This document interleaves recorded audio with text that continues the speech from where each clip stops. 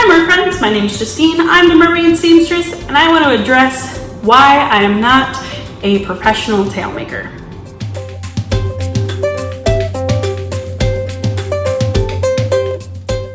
So I've gotten a lot of questions recently from people asking if they can buy a tail from me or if I make tails professionally, and unfortunately I can't. And there's a couple of reasons for that. The first is that I work a full-time job and I mainly consider this to be a hobby. I make tails for myself and I make tails for close friends if they ask for it and if I have time for it.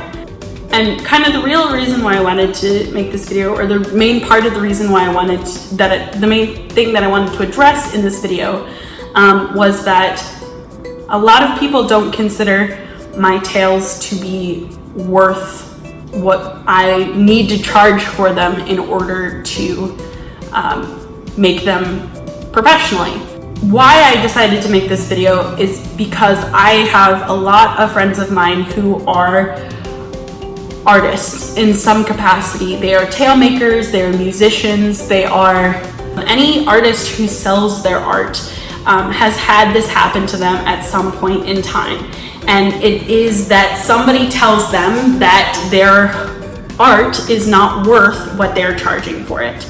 And what a lot of people don't see in the tail production process or the art making process in general is that they don't account for the artist's time. They don't consider how much the artist's time is worth. In order to make a living off of making tails, I have to account for what I paid and the time that I spent acquiring the skills that made it possible for me to make these tails.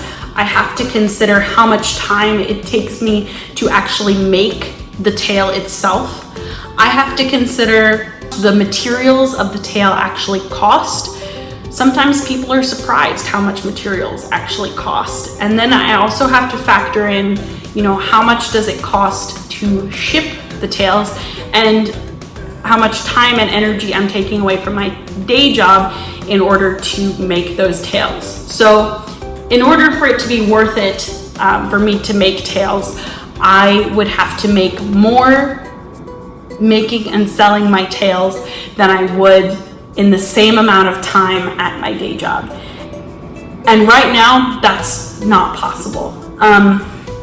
For example, if I made one tail and that tail took me 48 hours to make, not including over the course of several days, if it took me 48 hours of active work in order to make that tail, and I say my time is worth $15 an hour, that's already something like upwards of $700 for that tail.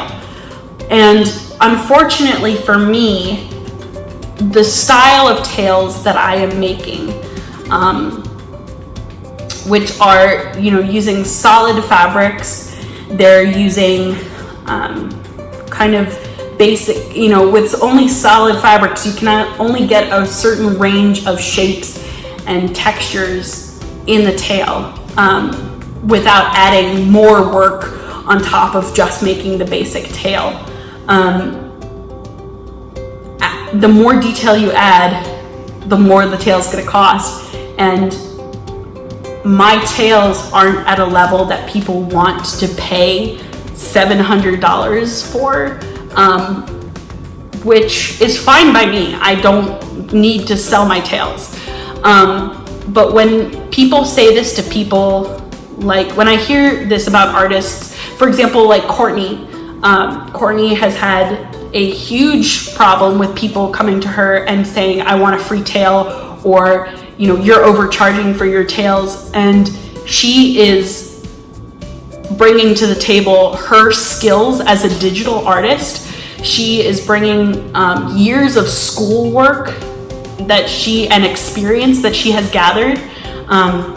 She is bringing to the table her own unique design. She puts time and energy and love and so much passion into her tails. And for somebody to say, well, a fabric, you know, I can buy a FinFun tail for 40 bucks. Why are you charging, you know, X amount of money for your tails when they're not that much different, is ridiculous. Because a FinFun tail or any other tail that's made by a big company is, you know, only one, you know, the energy that went into that tail is somebody making one design, the fabric itself.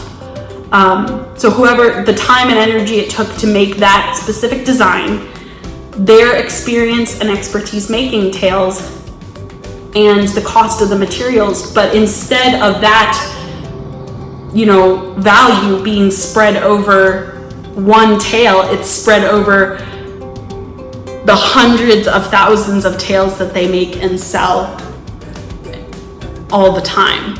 You know, every single tail they sell, you know, however many of that design. So that's why they're able to bring down the price of those tails. And the same thing with Mertailor. People often accuse Mertailor of being overpriced as well. And you have to realize that those tails like are made custom each time somebody orders that tail. Even though the designs are, the patterns are repeated and it's a standard printed design, it's still somebody's effort to, you know, process the order and make the tail and use the the cost of the fabric, and they're producing a lot fewer tails. In the terms of their silicone products, you know, hand pouring, somebody made and designed those molds, somebody has to pour silicone into the mold, somebody has to, you know, make sure that those molds cure properly in order to create the product that you're getting. And so that's why I don't think that people appreciate enough what tail makers are doing.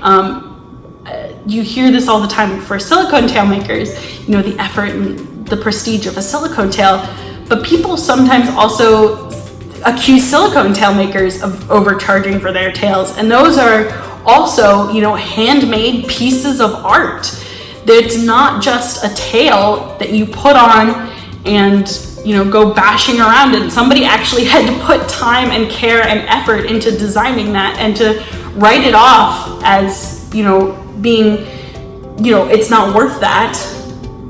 It's not your opinion to decide that.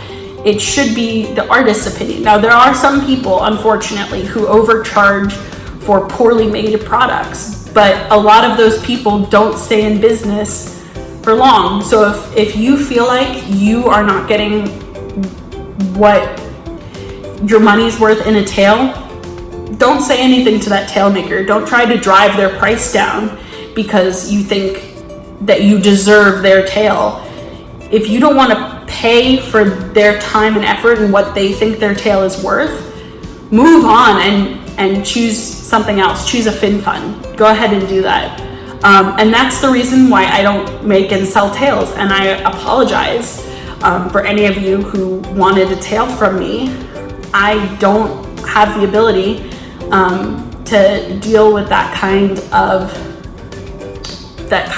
of criticism, and I don't have the energy to you know, spend effort and time on something unless the person who I'm making it for is really going to appreciate what I'm making it for and is willing to pay me what that product is, or that tail is worth.